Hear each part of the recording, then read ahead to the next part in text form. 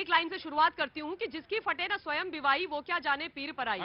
जिन लोगों ने गरीबी देखी नहीं, जिनका गरीबी से कोई वास्ता नहीं पड़ा, उनको कैसे समझ में आएगा कि इस दिल्ली के अंदर और इस देश के अंदर जो गरीब हैं, जिनके पास अपना घर नहीं है, वो पक्के मकान के लिए तरसते हैं। और आज अगर एक स्वाभिमान योजना के तहत देश के आदरणीय प्रधानमंत्री जी 1675 लोगों को उनके पक्के घर की चाबियां देते हैं, तो मुझे समझ ही नहीं आता कि केजरीवाल जी को क्यों तकलीफ हो रही है। अच्छा, दूसरी बात, आपदा पर अभी बात हो रही थी कि आपदा का संबंध है प्रधानमंत्री जी से। मैं आपको बताती हूँ आपदा का संबंध किससे है। क्या है ना, जब इस दिल्ली के अंदर कोविड आया था, त्राहिमाम दिल्ली की जनता कर रही थी, लोगों को वैक्सीन नहीं मिल रही थी, ऑक्सीजन नहीं मिल रही थी, बेड नहीं मिल रहे थे, तब दिल्ली के मालिक जो खुद को कट्टर ईमानदार बोल रहे हैं, वो 54 करोड़ रुपया निकाल करके शीश महल बना रहे थे।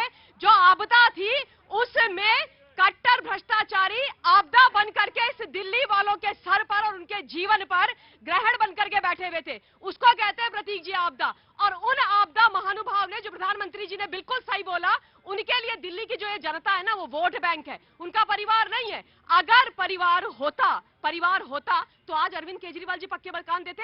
आज जब प्रधानमंत्री जी ने विकास की योजनाएं यहां पर किसी का शिलान्यास किया, किसी को चाबियां दी, तो फिर जा करके इतनी खिसियाई बिल्ली खंबा नोचे जैसा क्यों कर रहे हैं? मैं दे दूंगा। आम आदमी पार्टी को मिलना चाहिए मौका। हाँ जी, सीधा अटैक है आम आदमी पार्टी पे। ऑफकोर्स मैं आ गया आपके। देखिए एक मिनट अरे ठीक जी प्रतीक जी, 2700 करोड़ रुपए के घर में रहने वाले, 8400 करोड़ रुपए के हवाई जहाज में उड़ने वाले, 10 लाख का सूट पहनने वाले हमको ज्ञान दे रहे हैं। लेकिन आज देखिए, मुद्दे की बात यह है कि 43 मिनट के भाषण में रुको कोई बात नहीं। एक मिनट नो। प्रतीक जी, मैं आपको 2 घंटे तक अरविंद केजरीवाल सरकार के काम की गिनती करा सकता हूं, लेकिन 38 मिनट के भाषण में प्रधानमंत्री ने गाली देने के अलावा एक काम का जिक्र नहीं किया। 10 साल बाद उठ के आए, कह रहे मैं पत्थर रखूंगा, शिलान्यास करूंगा, 3 नए कॉलेज का 10 साल में एक कॉलेज नहीं बना, कॉलेज बना नहीं है, ईंट रखी है आज पहली बार, और 1600 लोगों के घर की चाबी 10 साल बाद उठ के आए। 15 लाख लोगों को घर चाहिए, जो कहते जहां झुग्गी वहां मकान। कालका जी तोड़ दिए, संगम बिहार तोड़ दिए, बुराड़ी तोड़ दिए। जहां झुग्गी का वादा किया था, मकान का वादा किया था, झुग्गी को उजाड़ दिया। जिन लोगों ने वादा करके आए थे, चुनाव जीतने बाद झुग्गी को उजाड़ने का इन लोगों ने किया। एक काम किया होता। देखिए, हम आज कहते हैं, अरविंद केजरीवाल स्कूल की बात करते हैं, मोहल्ला की बात करते हैं। हमने आज दिल्ली के अंदर अरविंद केजरीवाल जी ने 530 मोहल्ला बना के तैयार कर दिए, चालू है। लेकिन प्रधानमंत्री मोदी ने एक बनाया हो, हमसे बहस कर लेते। ममता काले मैं दे रहा हूं। बस 2-3 बातें जल्दी से बोलनी है। दिल्ली वालों, मैं अपने ना बच्चों की कसम खाता हूँ, अपने बच्चों की कसम खा रहा हूँ। गाड़ी नहीं लूंगा, बंगले नहीं लूंगा, कोई सिक्योरिटी नहीं लूंगा। आज दिल्ली की पुलिस और पंजाब की पुलिस इनकी सिक्योरिटी में है। और एक चीज और सुन लीजिए, मजेदार बात। ऐसे हमारे माननीय मुख्यमंत्री पूर्व जो हो गए, भूतपूर्व, ऐसे माननीय भूतपूर्व मुख्यमंत्री की टॉयलेट की सीट खुद नहीं उठा सकते, 12 लाख की टोटो सीट लगाते हैं, रिमोट से चलती है, उठती रिमोट से, नीचे बंद रिमोट से होती है, और फ्लश में रिमोट से होता है। ये सच्चाई है मुख्यमंत्री की। प्रतीक जी, फर्जी बात ना कर, मैं चैलेंज किया है भाजपा के नेताओं को, हिम्मत है तो एक स्कूल का नंबर उन्होंने बनाया हो, एक IIT बनाया दिल्ली के अंदर, कहीं बनाया पूरे देश के अंदर, एक नाम बता दो। 17,000 सरकारी स्कूलों में बंद कर दिया इन्होंने। प्रतीक भैया, सबसे पहले बात तो ये है, इनको भी लिस्ट गिनाता हूं। अरे स्कूल की फर्जीवाड़ा बंद कीजिए यहाँ पे। पहली बात यह है कि सरकार, स्टेट इनके अंदर चलाने की जिम्मेदारी है। LG साहब इनको जो है जनता के सेवा के लिए रोक देते हैं, लेकिन वातानुकूलित, आपको तो शौचालय जाने में अभी ठंड में दिक्कत होती होगी, रिमोट से टेम्परेचर कंट्रोल वाला कमोड लगाकर बैठने के लिए LG नहीं रोकते हैं इनको। और दूसरी बात मैं कहता हूं,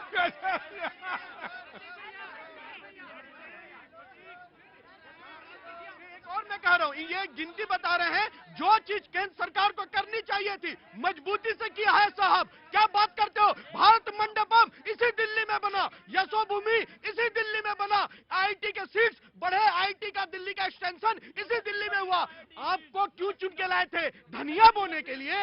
आप अगर स्कूल दूसरे पे पीतालोपी करने के लिए? दूसरी बात मैं आपको स्पष्ट करता हूं, इनको देख के तो वही लगता है, इनको देख के मुझे एक गाना फिर से याद आ जाता है। दिन वो बड़े हसीन थे, बड़े बड़े वादे किए थे, चलते थे ढीले ढीले हवाई चप्पल पहन के हवाई कुत्ते में, लेकिन आज वही हालत हो गया है। यमुना पुकार रही, बेटा मेरा सम्मान कब करोगे? दिल्ली की जनता झुग्गी झोपड़ी वाले कह रहे हैं। Right, taken your point. Harnam ji, Congress देखिए जी, ममता जी कह रही थी झुग्गियों के बदले अभी नरेंद्र मोदी साहब ने कुछ फ्लैट दिए हैं। मैं सबसे पहले दिल्ली की गरीब आवाम और गरीब झुग्गी झोपड़ी वालों को कहना चाहता हूं कि दिल्ली में जब बाहर से किसी भी प्रदेश से लोग आते थे तो जितने आप कैंप देखेंगे, झुग्गी झोपड़ी देखेंगे, इनके नाम पता क्या होंगे? Rajiv Gandhi camp, Sonia Gandhi camp, Indira Gandhi camp, Nehru camp, Priyanka camp, Rahul camp, Sanjay camp. क्यों? क्यों? क्योंकि हमने दिल्ली में, सर मेरी बात सुनना पूरी, मुझे समय देना, पूरी बात। हमने सबसे पहले दिल्ली के गरीब लोगों को, गरीब आवाम को झुग्गी झोपड़ी दी, और झुग्गी झोपड़ी के बाद एज ऑन वेयर बेसिस पे सबसे पहले दिल्ली में स्लम रिलोकेशन का एज ऑन वेयर बेसिस पे काम हुआ।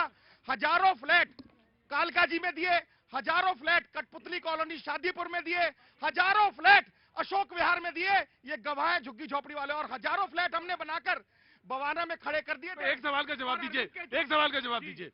आपने झुग्गी झोपड़ियां बनाई, नाम दिया, सारे नाम आपने बताए, लेकिन उसी में कहते हैं सबसे ज्यादा पैठ इन्होंने बना ली। ऐसा कैसे हुआ? ऐसा कैसे हुआ कि इनकी पैठ सबसे ज्यादा वहीं बन गई? देखिए, कांग्रेस पार्टी कभी वोटों की राजनीति नहीं करती ना वोट के लिए राजनीति करती। हमने गरीब लोगों को सर छुपाने के लिए जगह दी और उसके बाद उनको पक्के मकान की चाबी दी।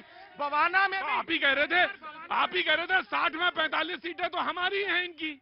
सर सुनिए, बवाना में भी जो फ्लैट बन के खड़े हुए वो जर्जर और खंडर हो गए, लेकिन अरविंद केजरीवाल सरकार ने, शीला जी ने 22,000 फ्लैट बनाकर खड़े कर दिए थे।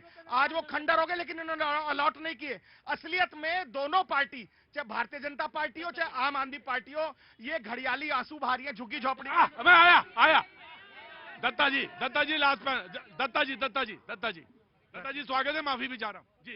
प्रतीक भाई, सबसे पहले नया साल का शुभकामनाएं। आपको भी बहुत बहुत शुभकामनाएं सर। ये ग्रेगरी कैलेंडर के हिसाब से महारानी एलिजाबेथ ने इंट्रोड्यूस की थी। 1700 कुछ में यहाँ पे शुरू हो गया अंग्रेजी नया साल। सबको शुभकामनाएं देता हूँ। हाँ। जय वीर सावरकर जी बोल के शुभकामनाएं सबको। अब बात आती है आपदा। आपदा तो आया था 10 साल पहले। उस आपदा का नाम था आम आदमी पार्टी। वही आपदा है। ऐसा सुनहरा साठगांठ है इन दोनों के बीच में। किनका? आधा हिंदी में पैर, आधा बाहर पैर। अजीब सा लैला मजनू का कहानी है। अरे गजब है भाई। अरे लैला मजनू का खेल है। अब मैं आता हूं कि जुमला ढूंढना है तो वियतनाम जाना है। आपको पता है कि वियतनाम में कोई गए हैं हाल फिलहाल जुमला, वो उस जुमला को ढूंढेंगे। आपने कहा कि यमुना की पानी का आकलन करके बताओ कि कितना प्रतिशत प्रदूषित है। ये तो साक्षात नासा भी तय नहीं कर सकता है, क्योंकि इतना ज्यादा प्रदूषण है कि सारा इंस्ट्रूमेंट फूट जाएगा। यमुना के पानी का आकलन करना है तो सर्फ एक्सेल मत यूज कीजिए, वहां जाके पानी में जाके कपड़ा धो लीजिए, पता चल जाएगा। सर्फ एक्सेल शर्मिंदा हो जाएगी यमुना के पानी के साथ। ठीक, अपनी बात करने का तरीका है आपका। मोहल्ला क्लिनिक तो है, पर मोहल्ला भी नहीं है, क्लिनिक भी नहीं है। अजीब सा अजूबा नमूना है वो।